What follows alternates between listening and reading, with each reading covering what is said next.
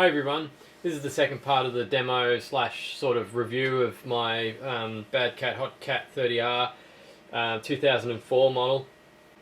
In this part I'll just be talking about the gain channel. I covered the clean channel in the first video. So firstly, when you're in the gain channel, you have to turn the reverb off. This is a bit of a negative point that I've got to say about the amp.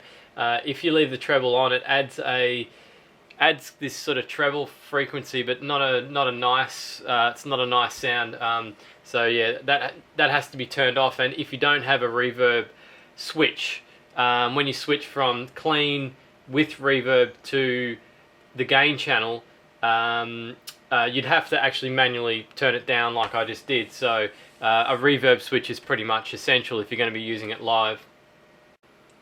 So the easy ones first, you've got master, which is your volume, and you've got gain and level, which control the gain. Level is use the level control to increase the gain of your guitar signal.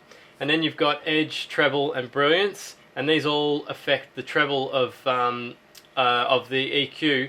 You use treble and bass interactively to EQ the amp, and brilliance kind of acts like almost a second treble, and edge adds this sort of peculiar texture to the top end, and it's good in moderation. But if I find if you use it too much, it kind of makes it a bit sort of too crispy, for want of a better word.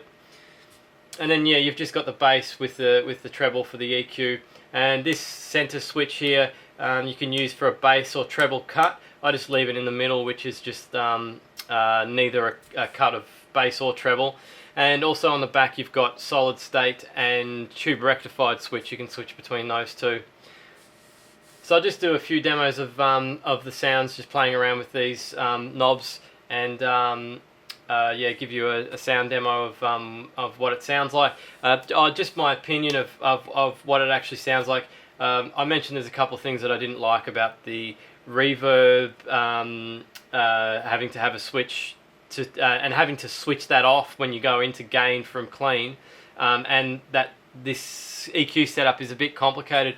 But those two little points aside, it's all about tone, and the tone out of this thing is just incredible. If you're into rock, even going up to almost high gain sort of guitar playing, this amp just kicks ass. But it's no good for metal. If you're after a metal amp, you could use a metal distortion pedal on the clean channel, and it would sound great, but it's not a metal amp as such. So I wouldn't recommend it for metal. But for yeah, anything from low gain overdrive to up all the way up to high gain, it just excels on every step of the way.